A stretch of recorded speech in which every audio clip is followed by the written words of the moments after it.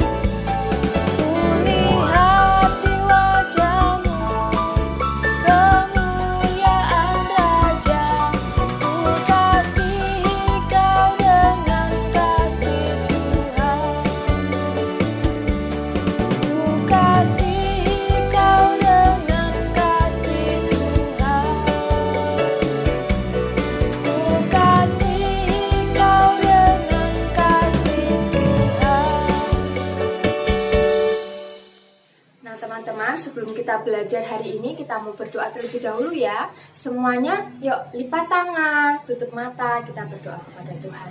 Tuhan, kami bersyukur buat penyertaan-Mu dalam sekolah minggu kami pada sore hari ini.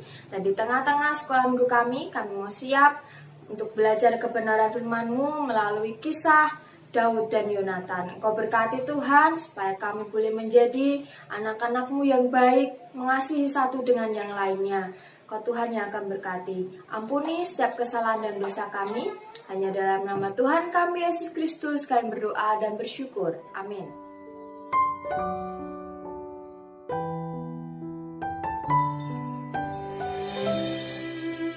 Teman-teman, sore hari ini kita mau belajar tentang sebuah kisah persahabatan yang mungkin sangat terkenal sekali di dalam Alkitab. Nah, cerita ini diambil dari 1 Samuel pasalnya yang ke-17 sampai yang ke-19.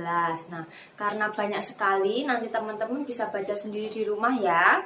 Tante akan ringkaskan dari 3 pasal ini supaya kita mengerti cerita persahabatan antara Daud dan Yonatan. Nah, kalau kalian tahu, Daud ini adalah anak dari Pak Isai. Nah, Isai sendiri ini dia seorang pengembala dan juga Daud ini juga pengembala. Daud ini dipilih nantinya menjadi raja, tapi sebelumnya, dia dipilih untuk melayani Saul di dalam kerajaannya. Nah, pada waktu itu kerajaan Israel dipimpin oleh seorang raja yang pertama. Siapa namanya? Namanya adalah Raja Saul. Raja Saul ini dia punya seorang anak. Anaknya banyak sih sebenarnya. Cuman yang terkenal adalah Yonatan ini yang nantinya jadi sahabatnya si Daud. Nah, Raja Saul ini dia ingin bertemu Daud karena Daud telah menang melawan bangsa Filistin. Nah, Daud ini kalau kita lihat kisah sebelumnya ketika melawan Goliat, badannya jauh lebih pendek, lebih kecil daripada si Goliat ini. Tetapi Daud ini dia berhasil mengalahkan Goliat hanya dengan ketapel dan batu licin. Nah, itulah mengapa Saul ini dia memilih Daud juga untuk berperang. Nah, dan ketika berperang pun Tuhan menyertai Daud sehingga dia selalu menang.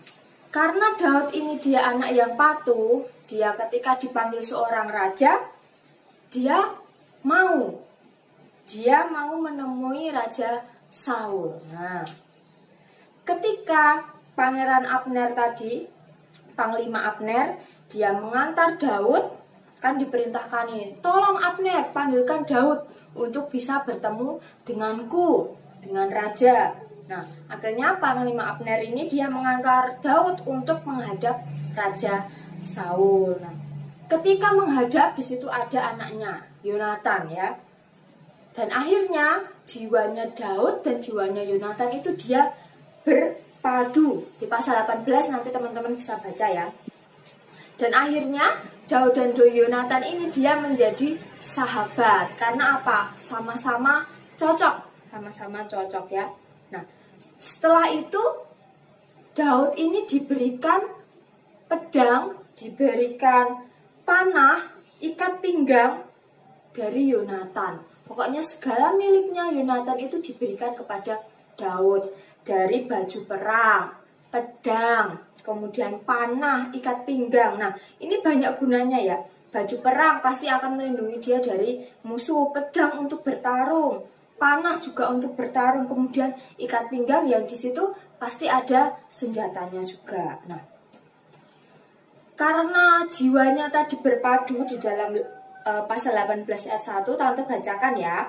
Ketika Daud habis berbicara dengan Saul, berpadulah jiwa Yonatan dengan jiwa Daud, dan Daud mengasihi dia seperti jiwanya sendiri. Nah, Yonatan itu mengasihi Daud itu seperti dia mengasihi dirinya sendiri. Nah, karena sangat mengasihi itu tadi, akhirnya Daud dan Yonatan dia bersahabat baik, walaupun tadi dia anak raja dan Daud itu bukan anak raja, teman-teman. Nah, kemudian Raja Saul ini memerintahkan Daud untuk maju perang. ayo Daud, kamu berperang melawan bangsa Filistin. Nah, akhirnya apa yang terjadi? Daud ini walaupun kecil dan dibantu dengan teman-temannya yang lain, maju berperang, tetapi dia apa? Kalah atau menang kira-kira? Dia menang karena Tuhan menyertai Daud ketika Daud ini sedang berperang. Nah, sampai pada akhirnya Daud ini memenangkan sebuah peperangan, menang terus, pokoknya menang terus, sampai akhirnya membuat Raja Saul ini menjadi iri hati, tidak suka dengan Daud. Nah, suatu hari Daud ini biasanya melayani Raja Saul ini dengan memainkan musik. Alat musiknya adalah kecapi. Ingat-ingat ya teman-teman, dia mendengarkan alat musik ini dan didengarkan oleh Raja Saul tiap-tiap hari. Kalau tidak ada perang, pasti Daud ini melayani Raja Saul dengan bermain alat musik kecapi ini tadi. Nah, tapi suatu ketika Daud ini memenangkan banyak sekali pertandingan, peperangan, bahkan mengalahkan berlaksa-laksa, artinya lebih dari ribuan ya, Daud ini mengalahkan orang-orang Filistin itu. Raja Saul menjadi iri hati. Akhirnya sampai hatinya ini panas, dalam artian dia marah sekali ya Raja Saul ini. Karena apa? Merasa Daud ini lebih hebat daripada Raja Saul. Nah, akhirnya kalau raja kan pasti tempat duduknya itu di tahta ya teman-teman. Pasti di kanan atau di kirinya itu ada senjata. Nah, ada di situ senjata tombak. Saking dia marahnya Raja Saul ini, panas hatinya, iri hatinya, akhirnya apa? Dia ingin membunuh Daud dengan cara apa?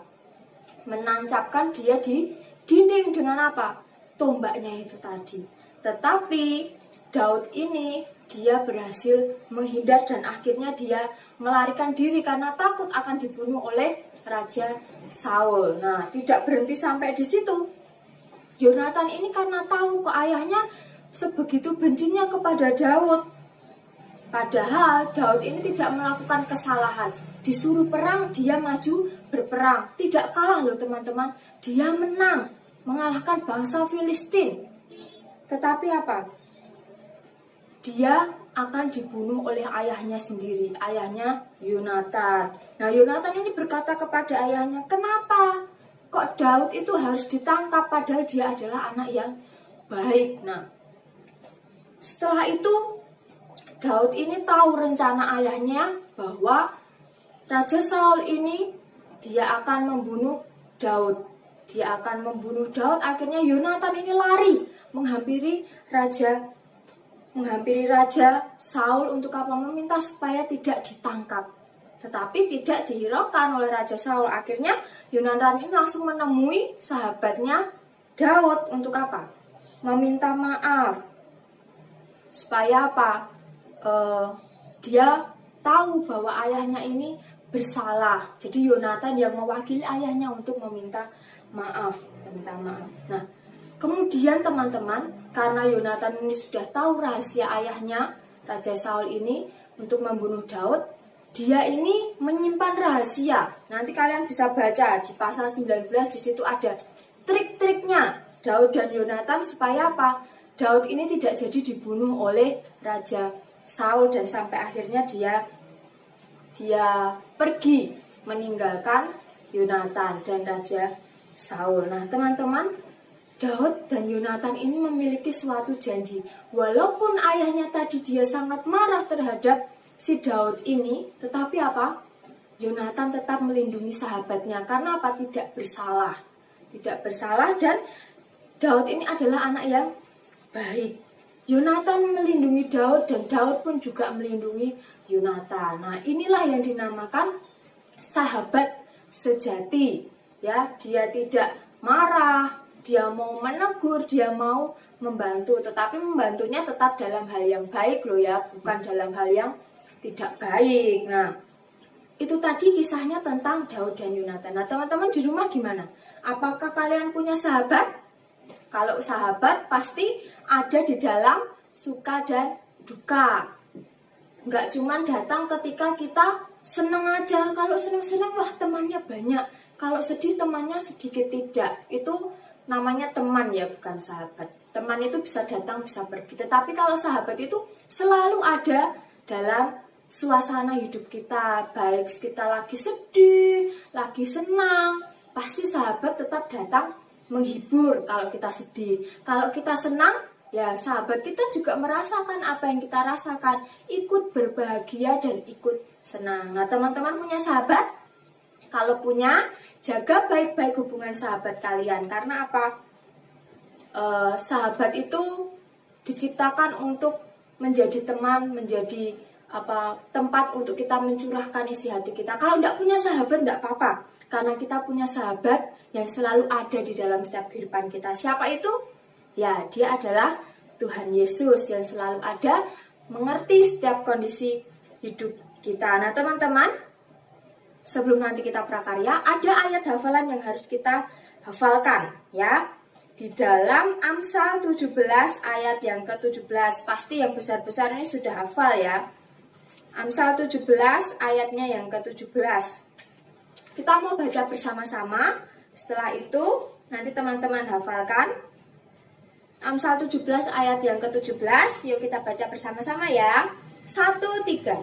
Seorang sahabat menaruh kasih setiap waktu dan menjadi seorang saudara dalam kesukaran. Sekali lagi, seorang sahabat menaruh kasih setiap waktu dan menjadi seorang saudara dalam kesukaran. Amsal 17 ayat 17. Sama seperti Daud dan Yonatan, dia menaruh kasih setiap waktu, bahkan menjadi saudara. Yang namanya saudara itu pasti sangat dekat sekali. Dia tahu apa yang diperlukan dan dia tahu apa yang harus diperbuat. Nah, teman-teman, Tante tadi sudah bagikan alat untuk prakarya. Silahkan teman-teman persiapkan karena hari ini kita akan memulai prakarya kita ya. Nanti silahkan disimak di video Tante supaya kalian tahu apa yang harus dibuat dan harus dilakukan. Selamat mencoba teman-teman. Teman-teman, setelah kita mendengarkan cerita tadi, kita hari ini mau membuat prakarya. Nah, teman-teman siapkan dulu ya alat dan bahannya yang sudah Tante berikan tadi siang, supaya kita boleh bersama-sama membuat prakarya hari ini. Yuk, kita buat bersama. Nah, teman-teman, saat ini kita akan membuat prakarya. Nah, apa prakaryanya? Silakan disiapkan bahannya ya yang sudah Tante beri tadi. Nah, yang pertama, siapkan dulu 6 buah stik es krim. Yang tadi juga sudah Tante bagi. Di situ sudah ada double tipnya. Jadi nggak usah pakai lem apa-apa lagi, tinggal pasang aja. Jadi cepat nanti ya. Nah, lihat dulu. Di sini ada 4 yang sama. Nah, ini nanti kita akan buat seperti figura foto. Tapi temanya tetap sama ya, tentang Amsal 17 ayat 17 tentang sahabat tadi. Ini sama ya, cari yang sama dulu 4. Nah, karena apa? Yang 2 ini nanti akan berbeda. Nah, ini yang satu selotipnya hanya 1, dan yang ini selotipnya kalau yang sini sejajar tetapi yang atas enggak, berarti ini harus dibedakan, dijadikan satu dengan yang double tipnya cuma 1 saja. Nah, ini nanti sendiri tapi tetap dipakai semua. Sudah siap ya, seperti ini. Singkirkan dulu. Kemudian ambil kertasnya. Nah, kertasnya ini enggak perlu dikasih apa-apa, pokoknya diambil aja, disiapkan. Kemudian foto yang tadi, nih kalau Tante pakai fotonya Dek Sean ini. Nanti kalian posisinya bisa beda tetapi bisa digunakan sama. Pokoknya nanti lihat instruksinya Tante aja ya. Terus bolpen, kalian boleh pakai bolpen, boleh pakai spidol warna-warni, boleh, terserah. Kemudian kalau enggak punya stabilo, enggak usah pakai, enggak apa-apa, karena nanti cuman buat menghias stik es krimnya, sama nanti buat mewarnai itu aja. Kalau enggak ada enggak apa-apa. Jadi gunakan apa yang ada aja. Yang penting ada bolpen ini tadi dan peralatan yang sudah Tante bagi ini tadi. Nah, caranya yang pertama, siapkan kertasnya ini dulu. Kertasnya ini biru. Nah, nanti karena posisi fotonya kalian itu berbeda dengan Tante. Kalau Tante ini kan berdiri seperti ini, nanti punya kalian seperti ini. Nah, punya kalian karena seperti ini, ikutin saja ya. Jadi boleh silahkan kalian kreasikan. Nah, yang pertama sediakan kertas dulu, fotonya tidak usah ditempel dulu. Kertas, ambil yang 4 tadi. Nah, yang 4 sama tadi ya. Yang 4 sama kalian dekatkan dengan kertasnya. Dibuka double tipnya. Kalau tidak bisa minta tolong kakaknya atau yang mendampingi. Jadi pelan-pelan karena ini agak sulit ya bukanya.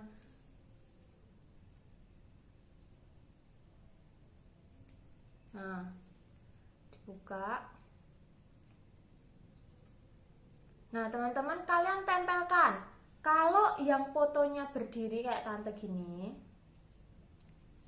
gini, nah, ininya di bawah. Atau terserah kalian gimana. Kalau punya tante berdiri, jadi ininya berdiri dulu. Kalau punya kalian tidur, berarti kalau kalian gini, berarti tidur dulu ya. Ininya gini dulu nanti ya. Terus kemudian lagi, buka lagi. Pasangnya yang kanan kiri dulu ya. Jadi jangan beda-beda nanti bingung. Nah, ini pasang yang berdiri dulu. Nah, sudah jadi seperti ini. Kemudian sisanya yang 2 ini tadi dibuka juga sama. Ini ya teman-teman.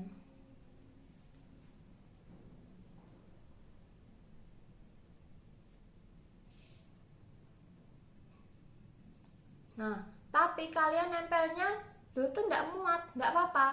Tempelkan aja di atasnya. Nah, seperti ini. Nah, ini nempelnya di atas gini ya. Di atasnya nih. Lakukan yang sama juga dengan sisanya yang masih 1 ini tadi.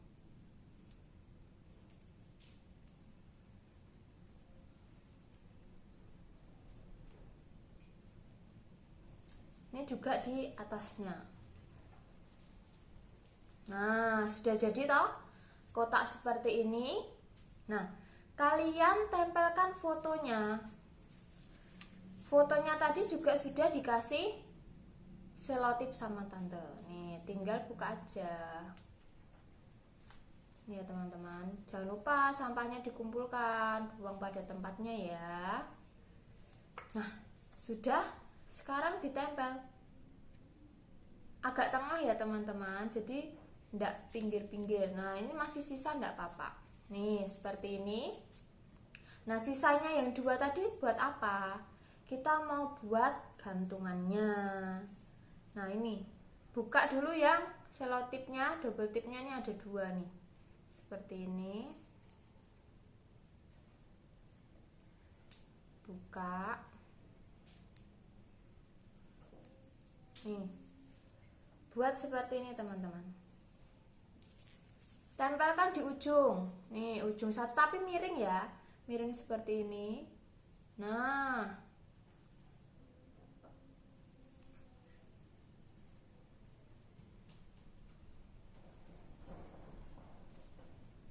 terus kemudian sisanya yang 1 tadi, yang double tipnya cuma 1 juga sama.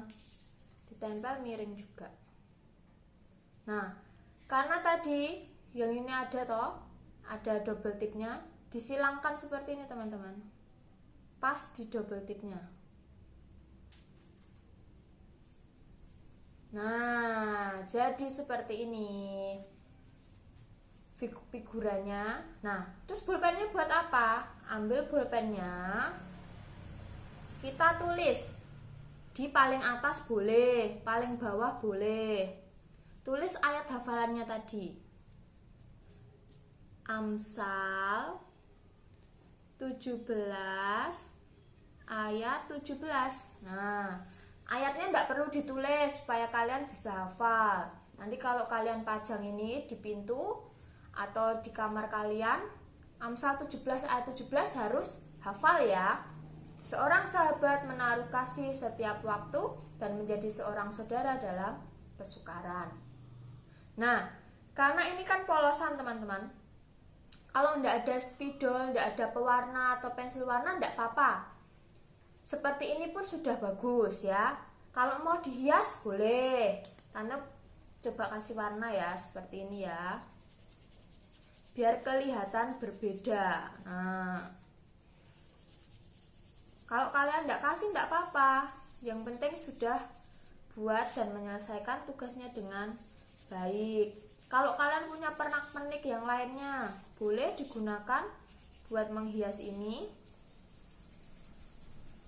Nah, foto ini digunakan sebagai pengingat. Kalau kalian kan fotonya bareng-bareng toh bersama teman-teman, sebagai pengingat bahwa kita punya teman, kita punya sahabat yang selalu ada. Kalau kita tidak ada di rumah, tidak punya teman, ingat kita masih punya teman-teman yang ada di gereja. Jadi jangan lupakan ya teman-teman, itu buat mengingatkan kita untuk saling mengasihi, saling menolong sesama-sama teman-teman kita. Nah, sudah jadi seperti ini punya tante, nanti bisa dipajang. Nah, jangan lupa ya tugasnya, tampilkan ini di dalam video sambil menghafal ayat hafalan Amsal 17 ayat 17. Seorang sahabat menaruh kasih setiap waktu dan menjadi seorang saudara dalam kesukaran. Selamat mencoba, Tuhan memberkati. Nah teman-teman, tugasnya hari ini kalian menghafalkan ayat seperti biasa, tapi sambil di video dan diperlihatkan ya ininya hasil karyanya, ayat hafalannya dari Amsal 17 ayat 17. Masih ingat ya teman-teman? Nanti jangan lupa dibagikan ke tante supaya tante bisa lihat kalau kalian mengikuti sekolah minggu dengan baik. Selamat mencoba. Teman, sebelum kita mengakhiri, di dalam doa kita mau angkat pujian. Dalam suka duka aku kan tetap tersenyum.